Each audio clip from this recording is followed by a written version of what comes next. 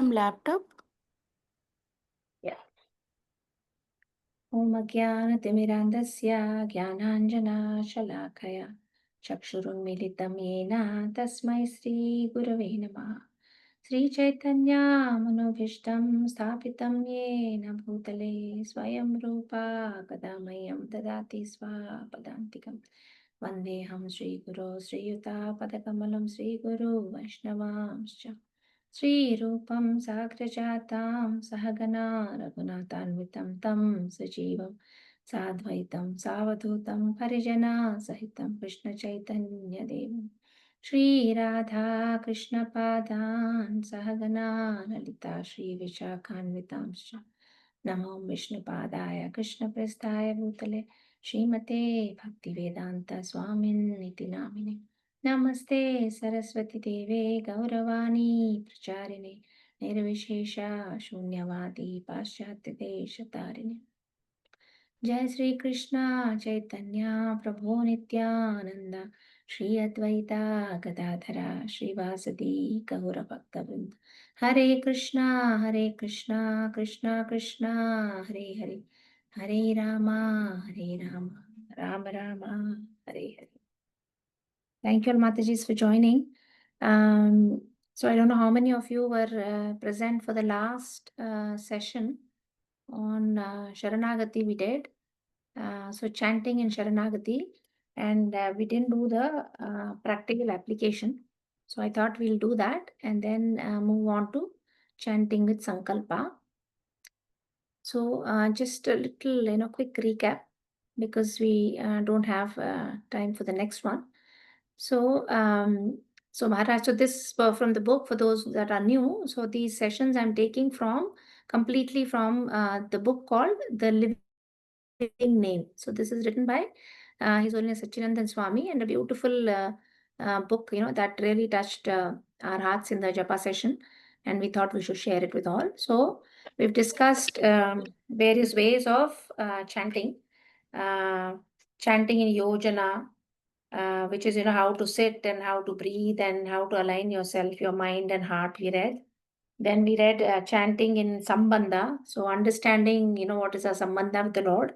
Then we did chanting in Seva, how, Japa and Kirtan is actually a Seva to the holy name, and so to Krishna as well. And then we did Vipralamba. So how, because we are separated from the Lord, we have to keep reminding that, we are out here in the material world, very, very far from our original spiritual place, and that separation we should feel. And then knowing all this, how we surrender and chant. So that was a Sharanagati. So we should understand that Bhakti or even Japa is a gift from Krishna. So we cannot attain it ourselves. Even Nama, they say, we can utter the syllables, but it's completely up to Krishna and his mercy to descend in those names. So what we are doing with our material tongue is just uttering the syllables Hare Krishna, and it is completely up to the Lord to descend in this name that we are uttering. And so what do we have to do? We have to, somehow invoke his mercy to descend into, onto our tongue. So what do? We have to do something that, will move Krishna. So we have to take shelter of Krishna, and that is what is surrender they're talking about. Because without that, without the mercy of Krishna and without the mercy of his devotees, Vaishnavas, then we don't have any bhakti. Actually, the whole process of bhakti that, we've come to this Krishna consciousness, we think some due to some luck or, some previous sukriti, none of that actually. It is purely by mercy of a Vaishnava that today, we are able to chant and we are able to be in this bhakti process. So then we talked about, the 6 limbs of Sharanagati, the 6-fold ways of Sharanagati, how we should do it. And then we looked at, few quotations from Srila Prabhupada, and then we discussed the example of, Draupadi, how she takes shelter of the Lord in that during the Draupadi Vasraparanam. So when she completely understands that, nobody else can, come to her rescue, only Krishna can, and only when she, lifts her hands up, giving up on everybody in that sabha, then, the Lord comes. So that's how we should feel. We should feel like, there's no one except, Krishna for us to take shelter of. And then, so about chanting with surrender, we discussed those that are aspiring for Krishna Prema and those that have attained Krishna Prema, both, so those have attained Krishna Prema, they chant with a natural surrender. I mean, they've already surrendered. And then those who are aspiring should understand, like Draupadi did, that there's nothing else, no one else, and only Krishna is our hope. And then we surrender. And then we looked at some, nice, beautiful bhajans that are in the mode of Sharanagati. So the first step in surrender, we said, was humility. So without that humility, we cannot surrender. So humility is our gateway for surrender. So Trinada Pisunichana Taror Apisaishna Amanina Manadena Kirtanya Sadahari. And then when one of his friends, Srila Prabhupada's friends, asked Srila Prabhupada that, you have a tonic for Krishna Prema, can you give it to me? So Srila Prabhupada said, I don't have the tonic yet, but I have the formula, and that formula is Trinada Pisunichena. So that is the first step to humility and surrender we discussed. So the way of going up means going up to the Lord is actually bending down, like just like you have a gate and there's a big gate and there's a small door, like sometimes you see in the jail and all.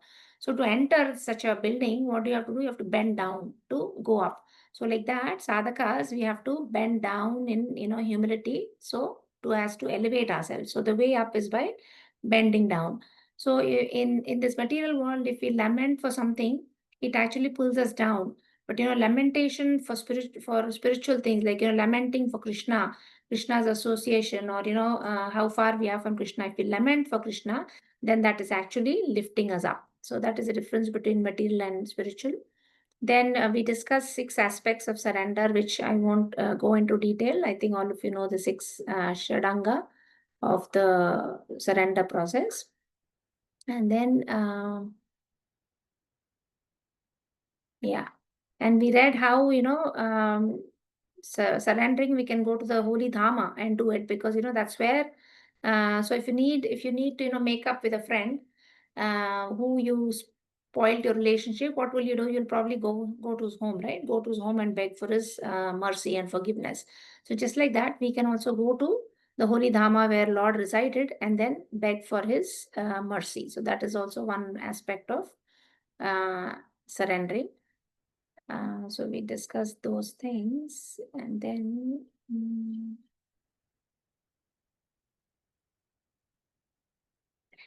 one important point that we covered is, where do we obtain this mood or this divine love that we are looking for? And just like a beggar who doesn't have money goes to a rich person to ask for money, like that, we also have to go to somebody that has this love. So you can't go to Krishna because that is the object. So see, if you need money, you don't go to the money, right? You go to a person who has money. So like that, we have to go to, these pure devotees who have Krishna Prema and then ask for it. So rather than going directly to Krishna, we have to go to the Vaishnavas and beg for their mercy. And then we discussed that how, when you put a crystal next to, say, a flower, the crystal takes the color of the flower.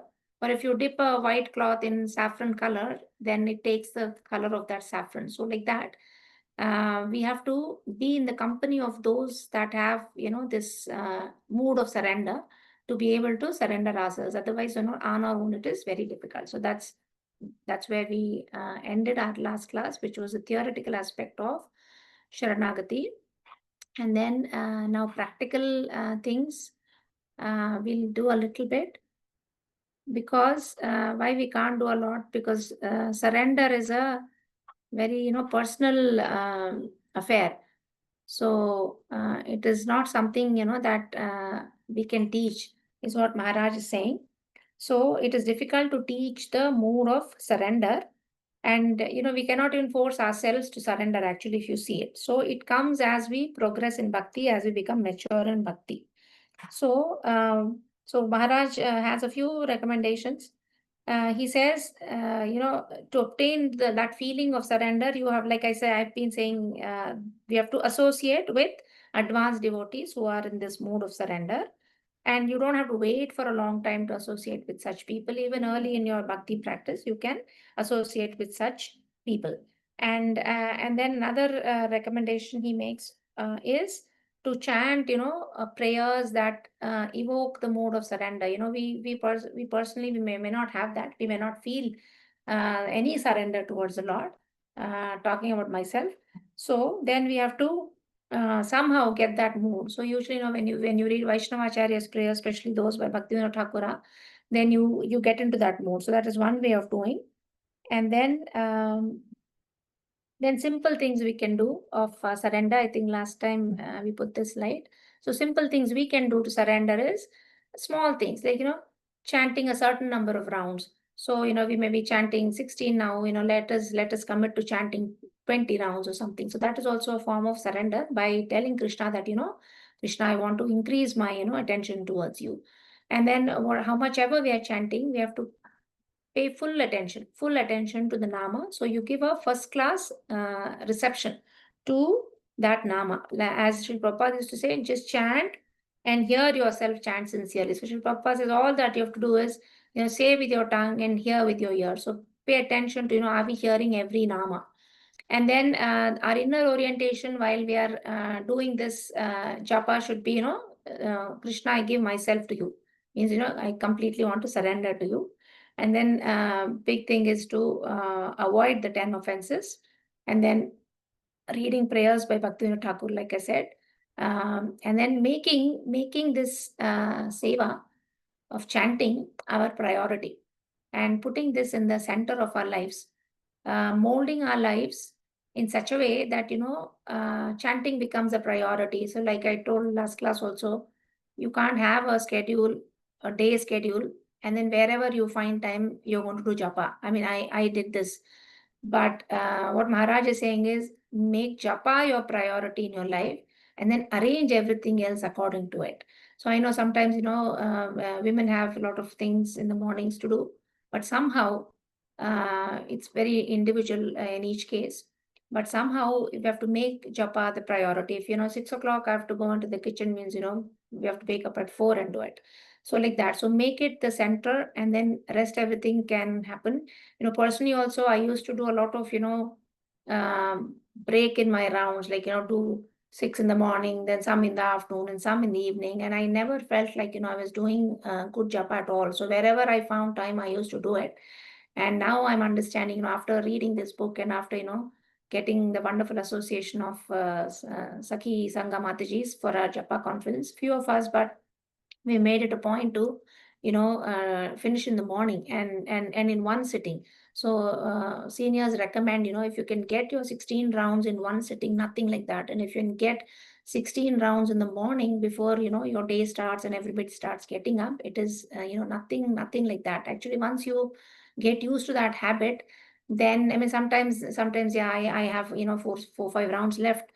Someday I get up late, or, something else is going on. Then uh, whatever rounds I chant in the evening, I mean, it doesn't even come close to, what I'm doing in the morning.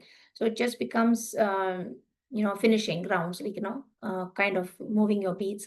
So we should never also think like, we are finishing our rounds. So that is, I mean, we are very used to saying that. I was also, but I'm learning that, we should never say we are finishing our rounds, because it seems like a chore when we say we want to finish. So we are doing Nama Seva, we are doing Harinama Seva. So let us, give it a huge priority in our lives in such a way that, we should not be peaceful without, finishing them in the morning.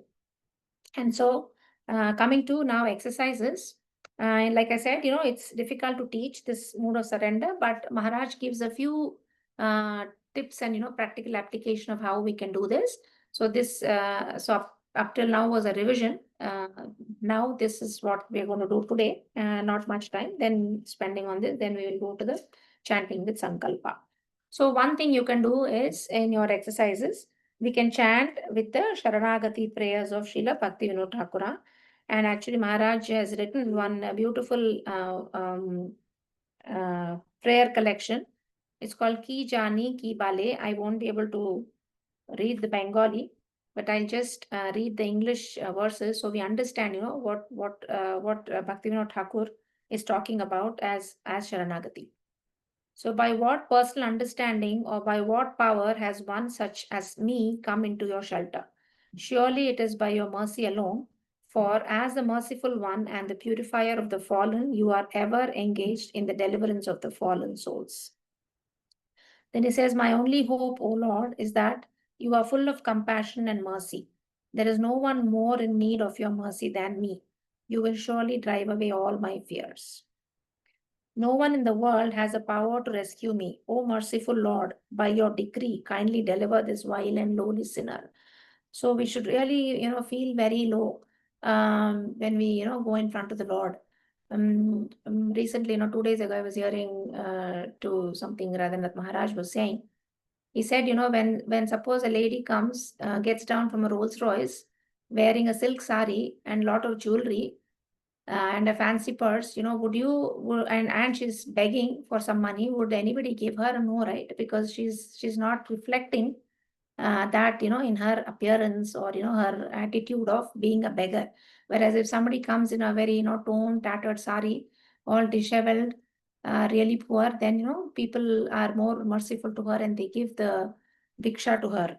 So like that, when we go to the Lord, Maharaj said, we can't go as if, we have money or we have, opulence and that we don't need mercy. So we have to leave everything, all the false ego we have, all the prestige we think we have, all the material wealth or assets we may have, everything we should leave and go like, a real beggar. And so that's what he's saying. So no one in the world has power to rescue me. Only, there's no one in more in need of your mercy than me. So that's how we should approach the Lord. Like, I cannot do without your mercy.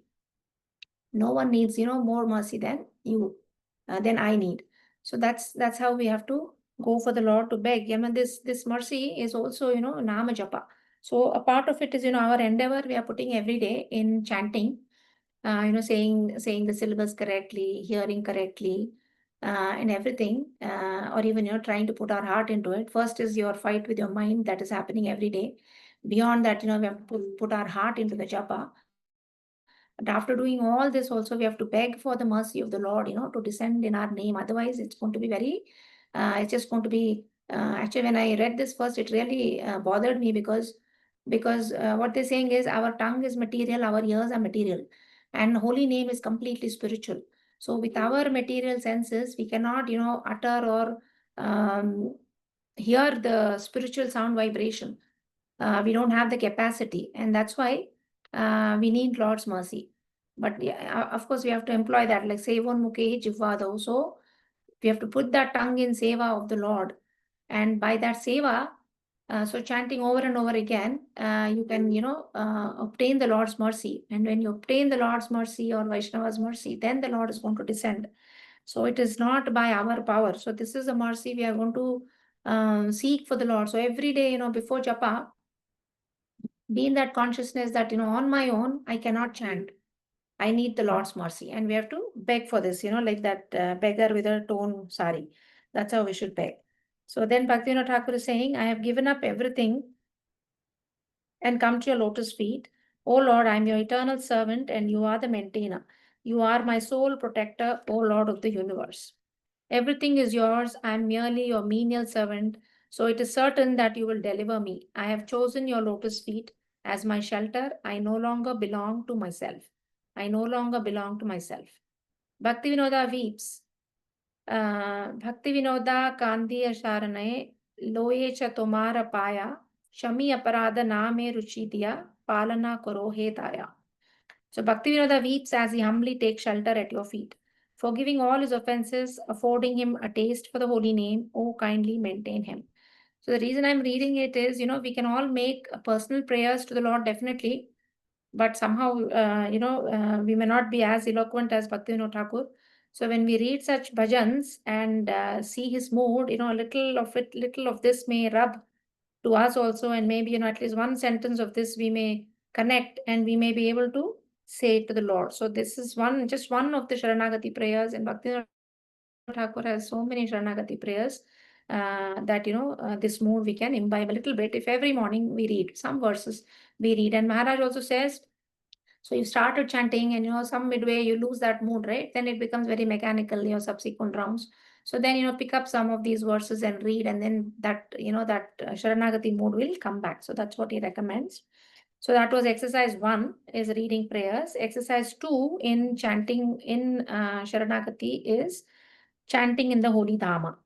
So last time we read, right, like why holy Dham? Because the Lord resided there and it's his home. So if we have to beg the Lord, then it's best to go to the Lord's home and beg. Sri Rupa Goswami says in the Upadeshamrita that the essence of all instructions is to chant the holy name in Vraja while remembering Krishna and his transcendental form, qualities, and eternal pastime. So the best place to chant is Vraja. We know that anything we do multiplies several times because that's where the Lord has done his pastimes. But many of us may not be able to be there in Vraja, so we have to be mentally in Vraja. So every morning, even though we are sitting in our bedroom or terrace or something, we have to be mentally in Vraja. So Maharaj tells us one exercise. So if you all can also do it, it'll be nice. So like last few exercises, everybody please do it. Sit tall with spine erect. So let us also pay attention to the posture, which we started in the first chapter. So aligning the spine and head is important, because in that straight posture, your the prana vayus and all move upwards nicely. And then even medically it is proven that in an erect posture, the oxygenation of the brain is better. So you're more alert and more concentrated and focused you can be. So I request everybody, humble request to do this. So sit tall with spine erect. And then our mind is also in many places. Even though it's morning time, our mind is still in 101 places. So to bring the mind into alignment, to remove all these other thoughts, what we can do is take a nice few deep breaths. So this breathing helps the mind focus, and this practically has worked for me. So take few deep breaths, breathe in, breathe out, breathe in, breathe out. Feel that your mind is a little more calmer than when you started. So like that you can do. 1 second, Matajis.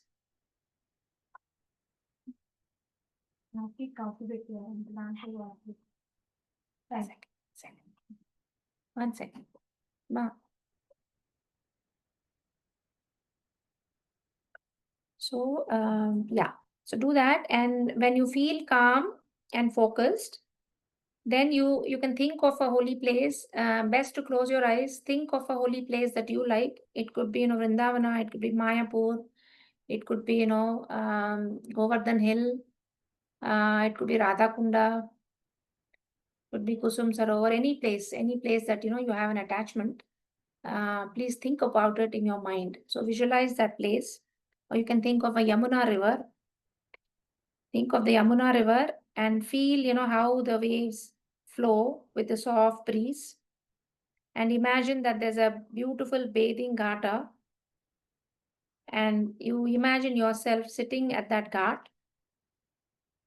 And then think that the other side of the bank there are tall birds like flamingos. The atmosphere is very soothing. Parrots are flying nearby. In a distance you can hear the temple bells ring along the Yamuna. Then in your heart, feel presence of Krishna, that you're in the land of Krishna, because Krishna never leaves Vrindavan. He's there. He's always there. Then in the shining land of Sri Vrindavana, in a temple compound made of jewels, Sri Radha Govinda seated on an effulgent throne beneath the Kalpavruksha tree, accepting service from their beloved gopis. So you meditate. So imagine mind is also beautiful in the sense, yeah, it is bad, but it is good in that, you can think of this. In 1 minute, I am by the banks of Yamuna.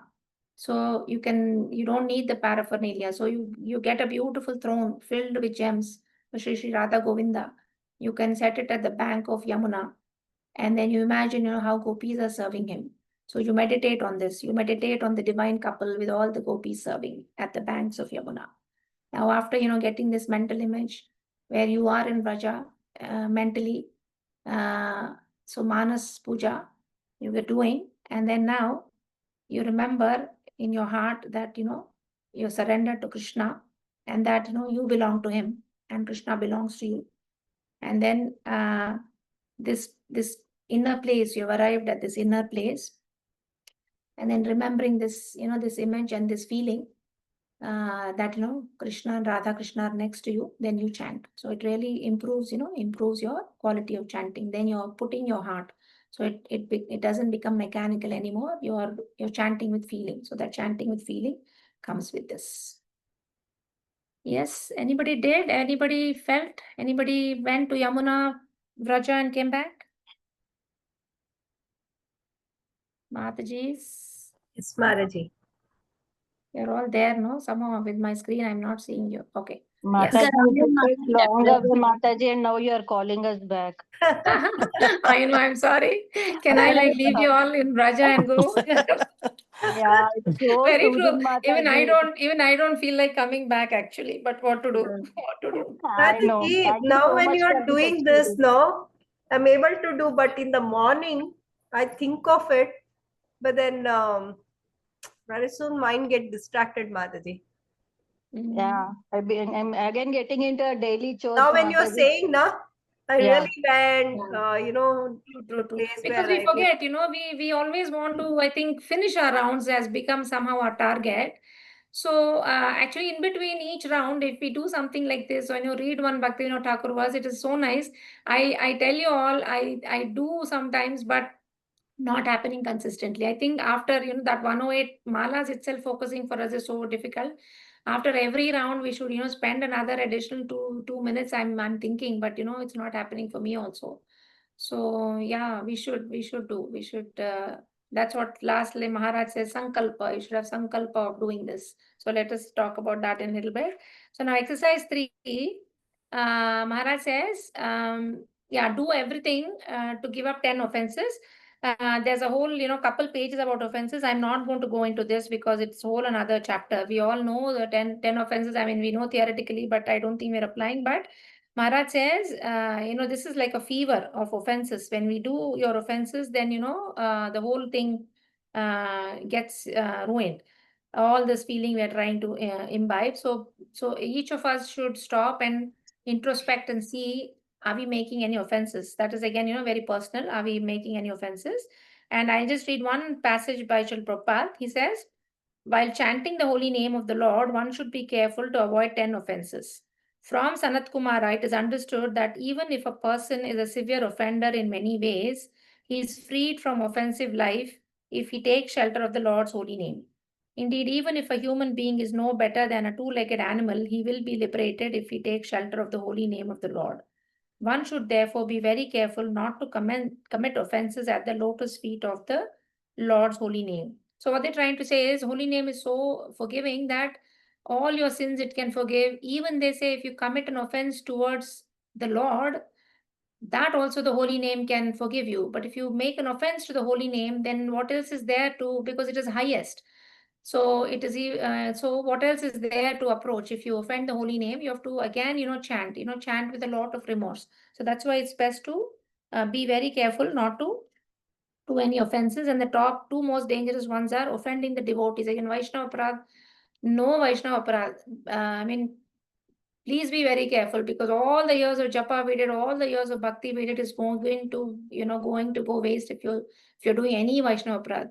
And if you have done it, please go and seek forgiveness. This I've understood. There should not be any person that that you have a feud with, or you have a kya bolte hain, angst with, or you're angry with, you're not talking with.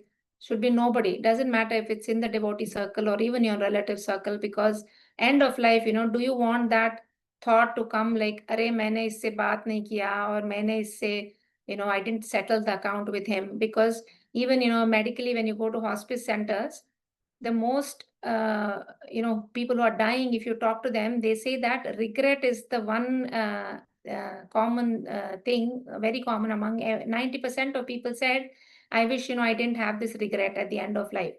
So, so no regrets. We should not have any regrets that, we offended this person, we didn't talk to this person, we were angry with this person, nothing like that. So it doesn't matter if it is relative, no relative.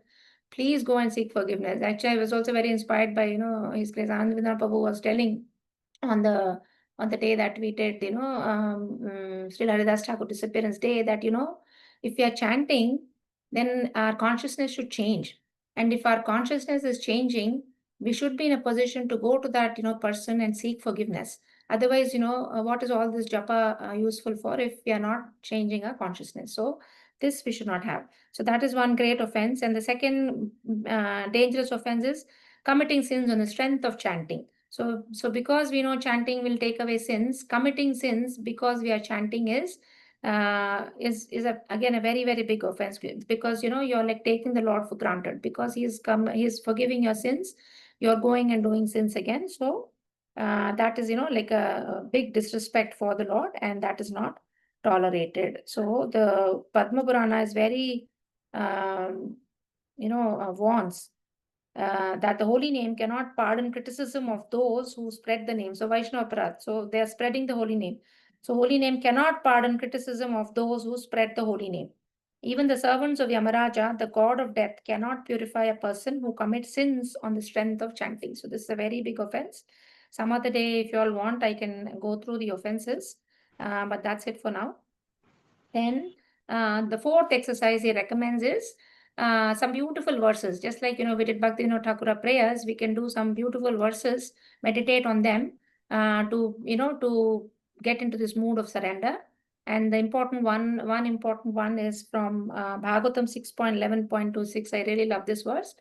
It says, Jata Paksha Iva Mataram Khaga Stanyam Yatha Vatsatara Kshudattaha.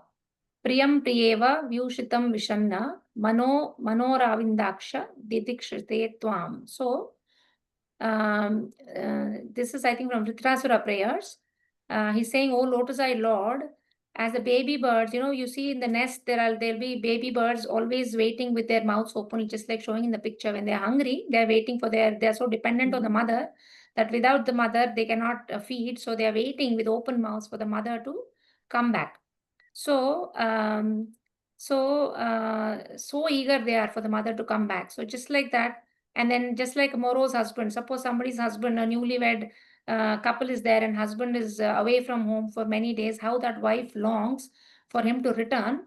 Like that, we should always yearn for an opportunity to serve the Lord. So that should be our yearning, like, waiting for a mother who's going to come and feed you, or waiting for your, husband who's away. So that should be our yearning. So this beautiful verse also helps us do this. And then one more verse from Namashtaka. This is from Namashtaka. Beautiful verses, all about Harinama. I couldn't put everything, but verse 1 says, "O Harinama, the tips of the toes of your lotus feet are constantly being worshipped by the glowing radiance emanating from string of gems known as Upanishads, the crown jewels of all Vedas. You are eternally adored by liberated souls such as Narada and Sukadeva. O Harinama, I take complete shelter of you." So this verse also proves that Harinama is a personality. So it is not it is a he. So it is non-different from Krishna.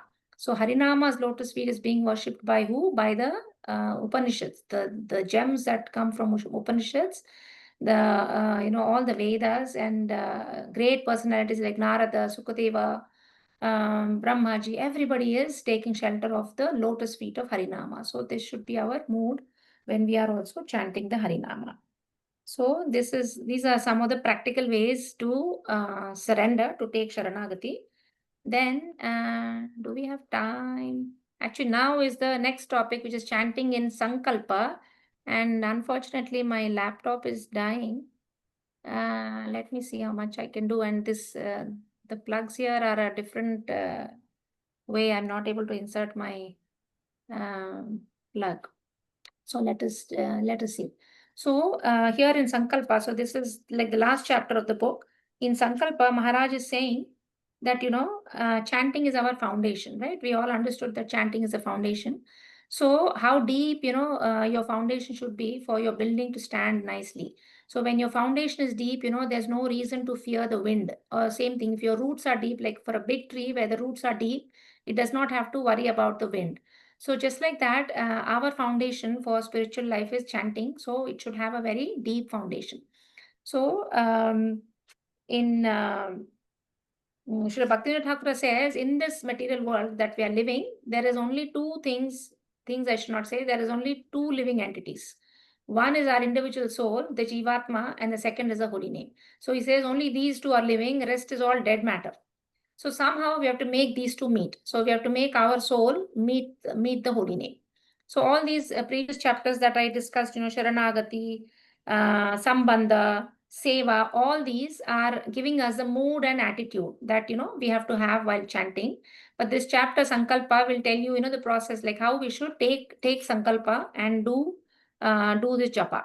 So they used a beautiful analogy. Maharaj uses a beautiful analogy about a bow and an arrow. So in Mundak Upanishad, it says, Pranavo Dhanusaro Yatma Brahma Tal Laksham Uchyate Apramattena Vedavyam Saravat Tanmayo Bhavet. So in this, what they're saying is the Pranava or the Omkara mantra is like the bow, and the self, the Atma is like the arrow. And what is the target? The Supreme Person is the target. So a soul should make himself like an arrow. So what they're saying is the target is when we do bow and arrow, there's a target. So that target for us is the Supreme Lord, and the bow is actually our mantra. So the Hare, because you need a bow to shoot the arrow towards the target, right? So arrow is us, our Atma is the arrow, and we are using a bow to shoot the arrow towards the Lord. So the bow is Harinama Mahamantra. So this Mahamantra is allowing us to shoot our arrows towards our target, which is the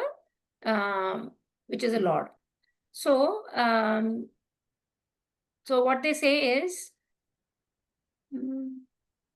they, of course, Upanishad, they use the word pranava, chanting of pranava, but for us we are using the Hare Krishna Mahamantra. So with the help of that Hare Krishna Mahamantra, we are the arrows and we have to go towards the Supreme Personality of Godhead. So mantra is the bow. And, even when, just like, suddenly you can shoot an arrow, sometimes, when we are very absorbed in chanting and kirtana, then suddenly this spiritual, somebody is unmuted. So suddenly we feel the spiritual clarity and we can get transported, just like the arrow gets transported to, a far off place, we can also get transported to divine presence of Krishna when we use the mantra as the bow. So, and again, just like, Maharaj says, archery is not easy, right? It needs a lot of practice. So even we have to practice, chanting properly. And the most important would be absolutely, fixing the mind. So in archery, what is important? The target, right? Like we know the example from Arjuna, where he's, focusing on the eye of the bird. He's not focusing on the bird. He's not focusing on the tree. He's not focusing on his friends, anything. So your single pointed focus should be the target. So like that, for us also, what is the target? Target is the Lord. So absolutely, we have to fix our mind on the target. And then some movements, like in archery, you have to be in harmony. Your movements should be in harmony with the breath, and you have to stay calm.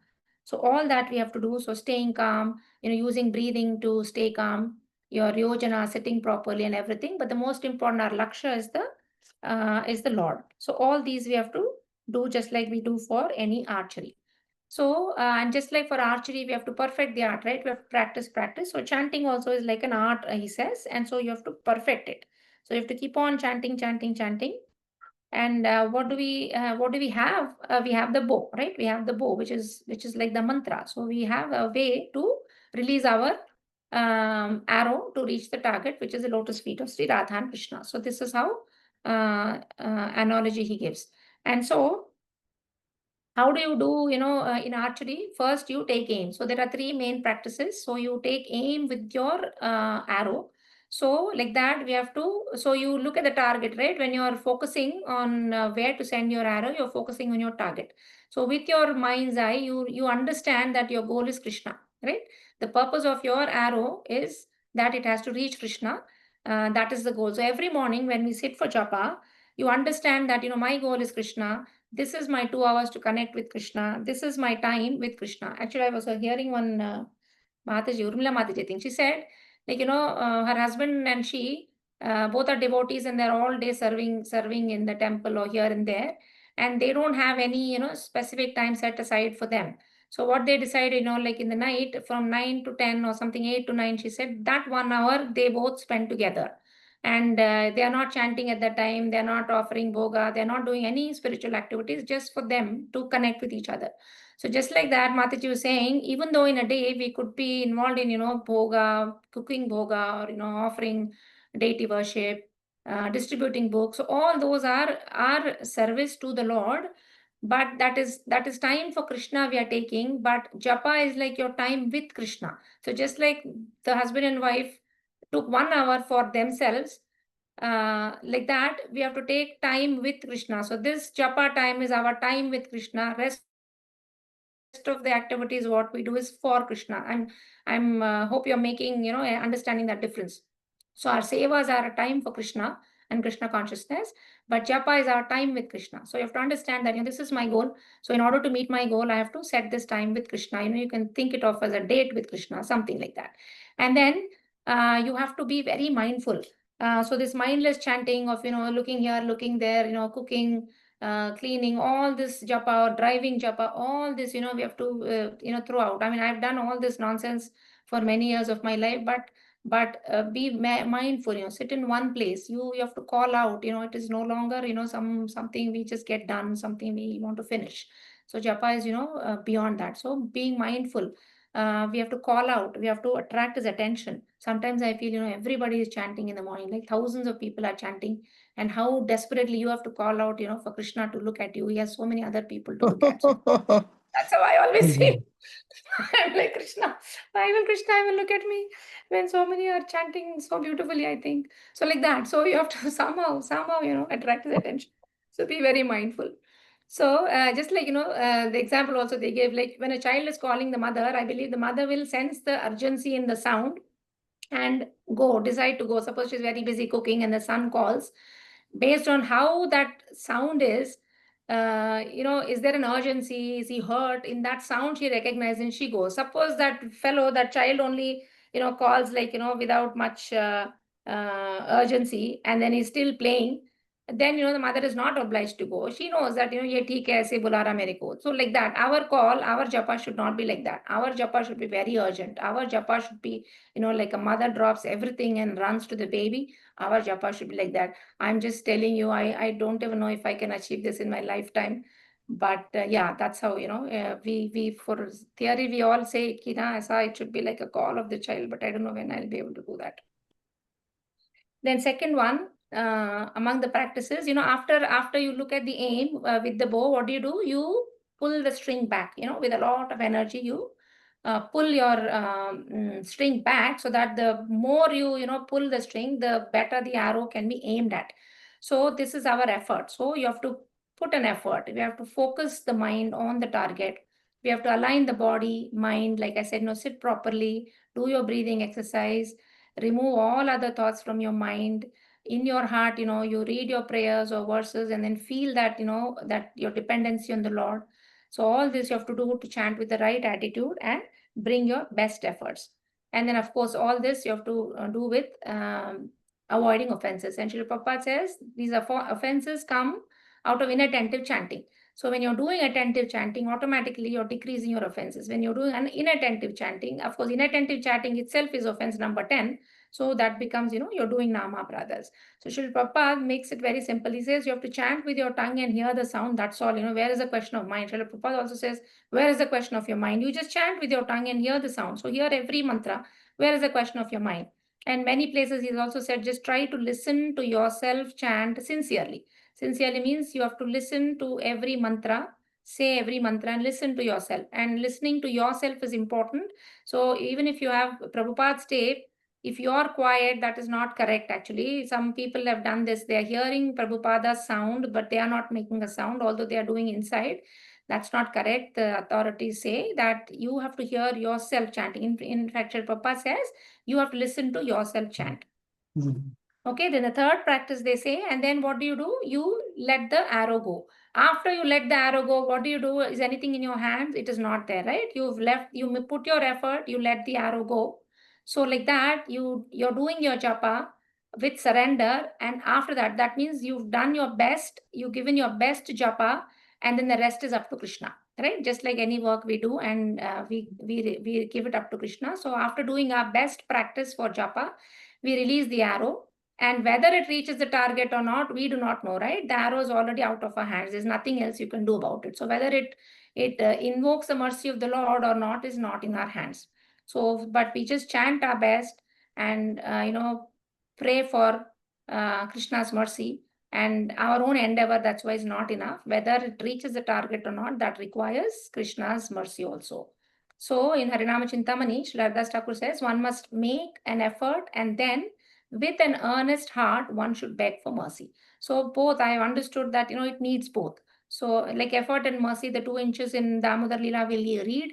So your effort at how you're chanting, and then invoke the mercy. So begging for mercy is a part of japa. That's what I'm learning. Because otherwise, kya hai, utho, baith ke beats, hatao, aisa tha. So that mercy is necessary. So do whatever, whatever prayer you want to say to the Lord to beg for his mercy, you do it. And again, beautiful Sharanagati prayer. So it should be in a very dainya bhav. Ebe shuno prabhu ami gati hina bhakti vinoda koya tava kripa bina sakali nirasha deho more padashraya. So Bhakti Vinod Thakur is saying, now please hear me, O Lord. I am utterly helpless. Bhakti Vinoda says, without your mercy, everything is lost. Please give me shelter of your lotus feet. So we beg like Bhakti Vinod Thakur. If we can't do our own words, read these words every day to Krishna. So, and then just like, archery, we keep trying and trying again. We have to keep trying and trying again and getting better with our japa. Only thing, the advantage we have is, see, when in a bow and arrow, your arrows in the quiver will get over. Like you may have 10, 12 arrows, you've shot them and that's it done. But for us, mercifully, fortunately, our arrows never run out, right? Because what is our arrow? What is our arrow? Japa. Harinama. Mantra, Hare Krishna mantra. Bow is the bow is the mantra. Mantra is the bow. What is the this thing? Chanting. Bow Arrow is is the Guru Namah. but then we have, right? We have, means we can do many times. There's no, it'll never get old. So each mantra, can you all mute, please? So each mantra is a new opportunity to do our best, right? And we have unlimited. So we can do unlimited number of mantras. And each mantra will bring us closer to the Supreme Lord and His divine energy, Srimati Radharani. So we have unlimited mercy in the form of, names. You take, you do 64 rounds, nobody's stopping you. You do 100 rounds, nobody's stopping you. So we have an unlimited access to these bow and arrows. So unlimited opportunity, unlimited prospects, and unlimited revelations we can have. And then Maharaj says chanting will really reveal everything in due course. So we should just keep on doing it and it'll reveal everything. And it'll grant you the mature fruit of chanting. So what is the mature fruit of chanting? That is love of, Krishna Prema. So what Shastra says and what Maharaj says is, as we chant, the holy name will reveal, everything there is to it. And the ultimate mystery that the holy name will reveal, the ultimate secret that the holy name will reveal is that the holy name is absolutely identical to Sri Radha Krishna. So Acharya say that, holy names will reveal, Radha Krishna's pastimes just by chanting. You can be, for real. I mean, now we are imagining to be in Vraja, but it can, put you in the pastimes of Sri Radha and Krishna. So that is the mature fruit of love to get. We have to do all this. Then it's like, for us, the holy name is like, a beggar finding a jewel. So, so this picture I just got, but this is like, some Vaishnava, giving us the jewel, the Chintamani. So, so many places, again, Maharaj quotes these two from Bhagavad Gita, that how, Krishna says, take shelter of me, whether you're lower birth, woman, Vaishya, Shudra, whoever, you can take shelter of me and attain the supreme destination.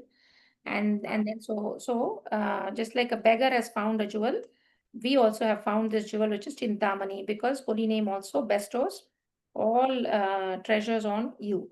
So we have to use this. We have to use this Chintamani. So we know all this in theory, But then, we have this old habit of same, not focusing, inattentive japa, offenses during japa, all this. So why? Because old habits die hard, right? We are very stubborn. We are very stubborn people. So, and we have fallen into this bad habit of bad chanting. So it's die hard, but there is hope. So, what is that hope is by taking sankalpa. So, sankalpa means a determined effort we should make. Just like, Ajamila had a second chance, right? First time, the somehow, because he said Narayana, the Vishnu Dutas sent away the Yamadutas. And then after he hears the conversation between the Yamadutas and Vishnu Dutas, then he gets, back on track. So then the rest of his life he spends doing devotional service, and then he goes back home, back to Vaikunta. So like that, even though old habits, we have bad habits, it is possible when we do Sankalpa. So what is Sankalpa? Sankalpa is a new intention, a solemn vow formed in the heart and mind to improve spiritual practices with determination. So we should all reflect on our own practices first, to make this sankalpa. In which way do I want to improve my chanting? So all of us, all of you, please write down, how do I want to improve my chanting? Means, either the number, the quality, or the mood, or the time of the day, something. So how do I want to improve my chanting? Then what would my practice be like if I don't do anything about this? So right now I'm doing my chanting in a certain way. If I don't improve, then what will it be? Like, means what is it now? If I don't improve, I'll be here only. Then what steps do I need to take? So where are we now? Where do we want to go in Japa? And what steps do I take? Like, now I'm in the 10th class. Okay, I want to do medicine. So what do I have to do? I have to pass the 10th and 11th and 12th in biology sciences. Then I have to do the NEET exam. Then I have to apply. So all those steps. So like that, I want to be here in my chanting. So what steps do I take? And then what do I seek to gain from working on this goal? So if I work on this goal, what is in it for me? Okay. So last slide, my laptop is dying, but I'll connect my phone in a bit. But just see this slide. Maybe somebody can take a screenshot or something. So this verse says, यथा संकल्पयेत् बुद्ध्या यत्वा व मत् परपुमान् मयि सत्ये मनोयुञ्जं तथा तत् समुपाश्नुते. So a yogi who has faith in me, absorbing his mind in me and knowing that my purpose is always fulfilled, will always achieve his purpose by the very means he has determined to follow. I'm sorry for rushing because of my power. So in this, they are saying, Lord Krishna is actually the Satya Sankalpa. So when we take Sankalpa, Krishna is Satya Sankalpa. So his desire, his intention, purpose always come to a pass, right? So whatever Krishna thinks will happen. And the holy name is also Chintamani, so it can fulfill our desires. So we have the holy name, and if we have Sankalpa, then Krishna will help us. So Sankalpa derives its strength from Krishna. So we can depend on Krishna's Sankalpa to do our Sankalpa. And Sri Bhaktisiddhanta Saraswati Thakur always says, we should have the Sankalpa or determination to revive our lost relationship. So we have lost our relationship. We are so far out in the material world, and if we are comfortable here, then there's no hope for us. So we want to establish, reconnect that lost relationship by the infallible means of devotion service. So we have to make this sankalpa. Krishna will give you that satya sankalpa. He'll yeah, and then we have the holy name, which is Chintamani. So we have the bow, we have the arrow. What is necessary is only sankalpa. And then the sankalpa, why we should have? Because we have to understand that we want to revive this relationship. So if you're determined to revive this relationship, then they're saying we have all the gadgets necessary, right? And if we make a strong determination, then Krishna will help us. So Krishna is actually Satya Sankalpa. So he will help us in this Sankalpa because we are trying to go to him. So none of this will fail actually if we pay attention. So we have to have this Sankalpa. Sorry, is what they're saying. Mata, just give me 1 minute. I'll connect to my phone. Actually, the slides are over.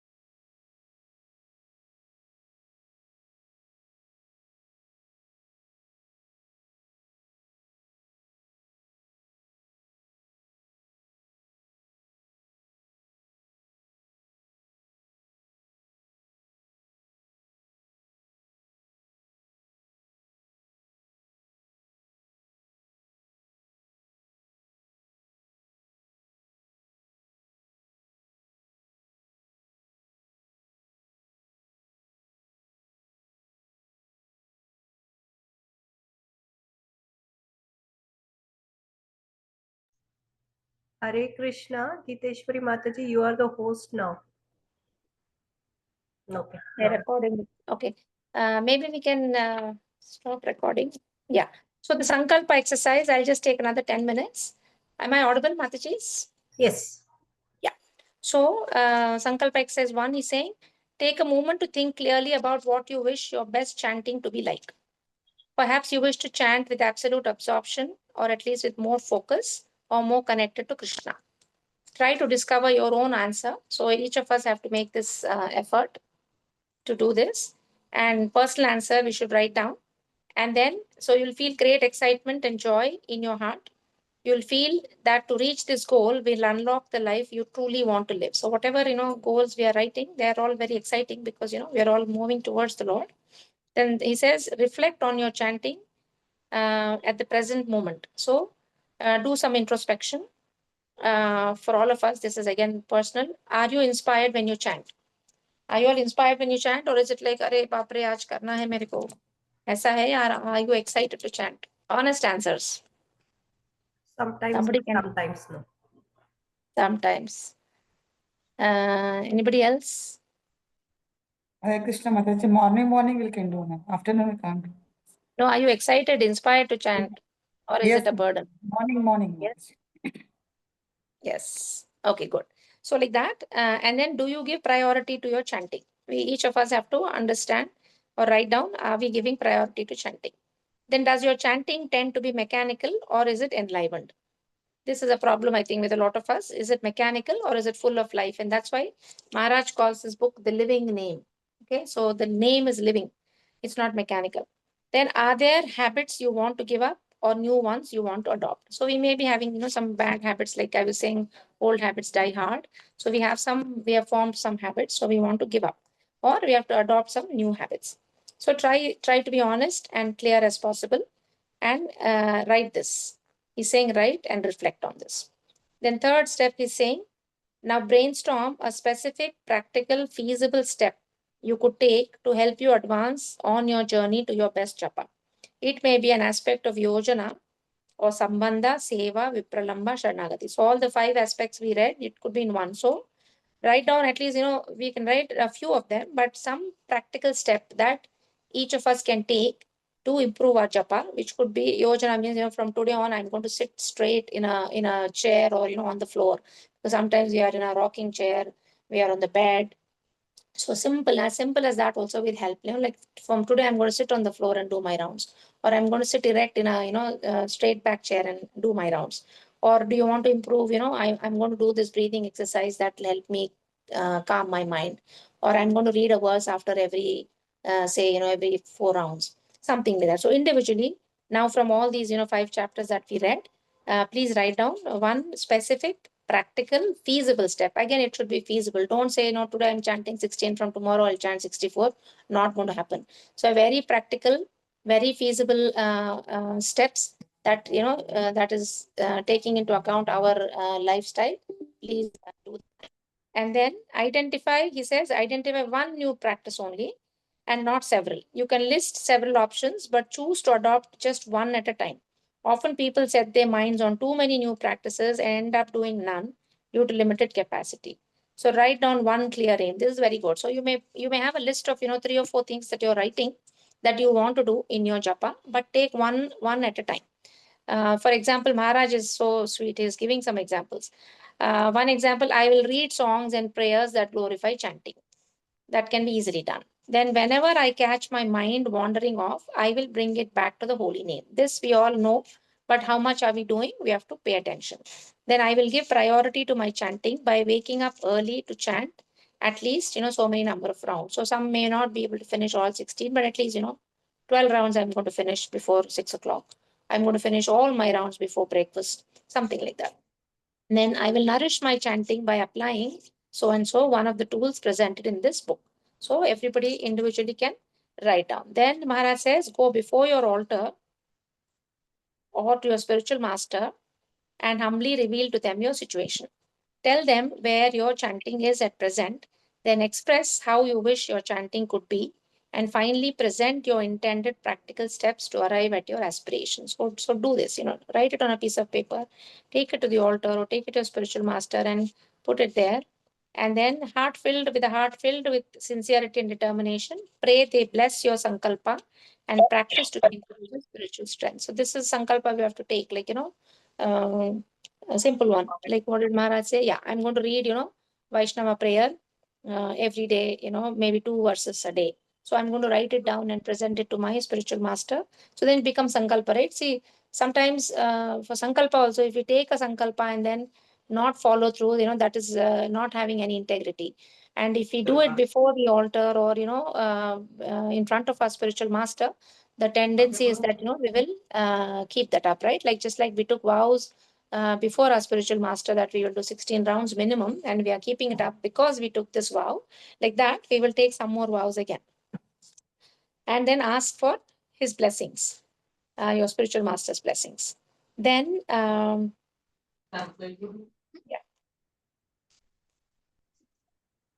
So he's saying do this, individual steps you should take. Then after that you have gathered the inspiration you need and have requested the Lord for his blessings, it's time to act. So you put your goal, sankalpa, you offer it to the Lord, your blessings.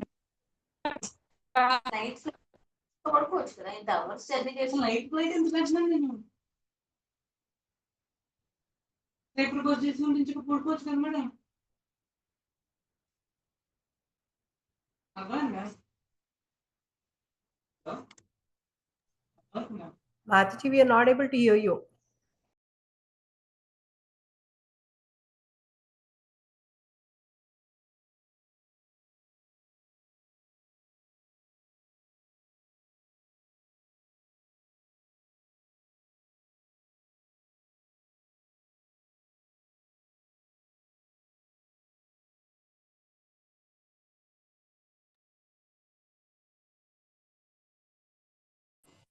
We lost connection with Mataji or what? Yeah, Mataji, I'm back. Yeah. So almost done. So after you do the sankalpa and offer it to the Lord, it's time to act, because without action, it is only wishful thinking. So you have to put it into practice. And he recommends some steps to put it into action. So write down your sankalpa and display it so you can see it and read it daily. This is a good idea. So whatever you wrote, you put it in a place where you can see. Then execute this new practice regularly over, say, 1 month. Then after this period, you review, and then you can either increase or decrease. Suppose you're not able to meet it, then you can decrease a little bit. If you're able to meet it, you can increase a little bit. So reassess after 1 month. Then set aside a realistic window of time for practice. So see how much time you want to give this. Suppose you want to increase your rounds by X number, give it a realistic period of time. Then make any appropriate arrangements that facilitate and favor your new practice. For example, you're not able to get up in the morning, you ask somebody to call you to make you wake up, something like that. So you make appropriate arrangements. Or if your servant is coming too early, ask her to come a little late so that you can finish your japa, some things like that. Then surround yourself with the right people who already have similar goals as you. Expose yourself to the influence of those people who have mindset you aspire for. Very, very, very important. So you surround yourself by the people who have similar goals, or you're aspiring to become like, so and so. Then you take that association of that Mataji so that, she inspires you to have similar goals. Yeah, I have somebody that has inspired me, but she won't like it if I mention her name, so I won't. Then affirm your sankalpa to yourself regularly by remembering and reflecting upon it. So regularly you remember and reflect your sankalpa. And then it's good to discuss with a trusted friend for encouragement and support. And the inner resolve for all this sankalpa exercise should be like, I want to change. So I want to change is what you have to be determined. You want to change so that, you establish this connection with the Lord.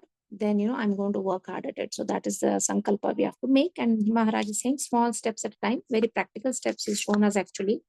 So if you all can, do this, please write down what is your current chanting like. It's just between you and Krishna, and where you want to be in how much time. Like say, in 3 months, I want to be here. Then you write down 1 to 3 steps that you're going to take to be there. See, because we do all this for, mundane things, right? Like I was giving an example of getting into medicine or getting into engineering. We do all that. But when it comes to chanting, which we know is the foundation of our spiritual life, we are not doing it. So let us all please take this seriously and do what Maharaj is recommending. Talking to myself, I need to do this also. I will also take a paper and write down. So thank you very much for giving this opportunity. One disclaimer is that, I'm because I'm taking these sessions doesn't mean I am anywhere, close to what Maharaj is telling. So this book is really, really for me, for my revision. And you all are giving me an opportunity to tell this to myself again and again. So my humblest obeisances to all your lotus feet, Matajis. Thank you very much for giving this opportunity. I think we are at the end of the book. Thank you so much. I'm so grateful to all of you. Vanchakalpatarubhyascha kripa sindhubhyeva cha patitanam pavanebhyo vaishnavebhyo namo namaha. And please forgive me if there are any mistakes, purely my fault. And if there's anything that you learned, it's completely mercy of Guru Janas, especially His Holiness Sachidanand Swami. His Holiness Sachidanand Swami ki jai, Srila Prabhupada ki jai. Thank you, Mataji. Hare Krishna. Hare Krishna. Mataji, can you please share that in the group? The last, the Sankalpa that, The ones I read? Yeah, the ones you read. That page I'll share. That page I'll share. I didn't make a PowerPoint. I didn't have time, but I Yeah, shared if that you can page. just put it, the points. Yes, ma'am. Thank you so much. Thank you. Any questions? Anybody? Hare Krishna. Mataji, Hare Krishna, Mataji, Dandavat Pranams. Thank you for taking us through how important is the japa and how we have to do and how we were doing. And for me, though it's a long journey, but it's a hope-giving one, because as you said, we can make a sankalpa and a baby step. Maybe we would go ahead. And you said we have to reassess every month. So that is so very hope-giving. So yes, we can go from to red to orange to green. So one day will come that our chanting will be really optimal, where really, as you said, in those means millions who are chanting, will Krishna hear my chanting? So there is a hope given that yes, one day that chanting would come to that level where Krishna at least will have a little glance on me also. So thank you so very much, Mataji, for your wonderful class, Mataji. Thank you. Hare Krishna. Thank you, Mataji, for joining. Thank you so much. Yeah, if it helps, one person also, improve the quality of chanting, I would think, this is, worth it. And myself, of course, myself first. Then if it helps others, it's wonderful. Thank you, Mataji. Thank you so much. So many words we learned, Mataji, today. So much absorption. We have to do. So much improvement we have to do. ఎక్కడ వెలితి ఉందో తెలిసిపోయింది మాతాజీ ఈ class లో ఇంకా చాలా again, any of you who are chanting alone, I don't know, but for us, chanting in a group has helped immensely. So please, find association to chant. It has really regularized our chanting, at least on the Sati Sangha Japa group. If anybody wants to join, you're most welcome, or you all have your own groups or something, please take association. Because bhakti has to be done in association only.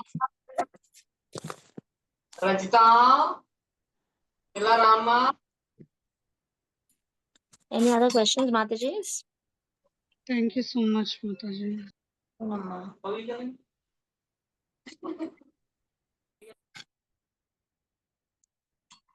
Thank you, Mataji. Should we end it here?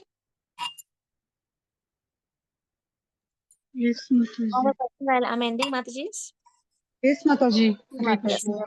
Thank you so much. Vancha kalpatarubhyascha kripa sindhubhyeva patitanam pavanebhyo vaishnavebhyo namo namaha. His Holiness Sachidanand Swami ki jai, Srila Prabhupada ki jai. Thank you, Mataji. Hare Krishna. Pranam. Thank you so very much. Hare Krishna. Hare Krishna.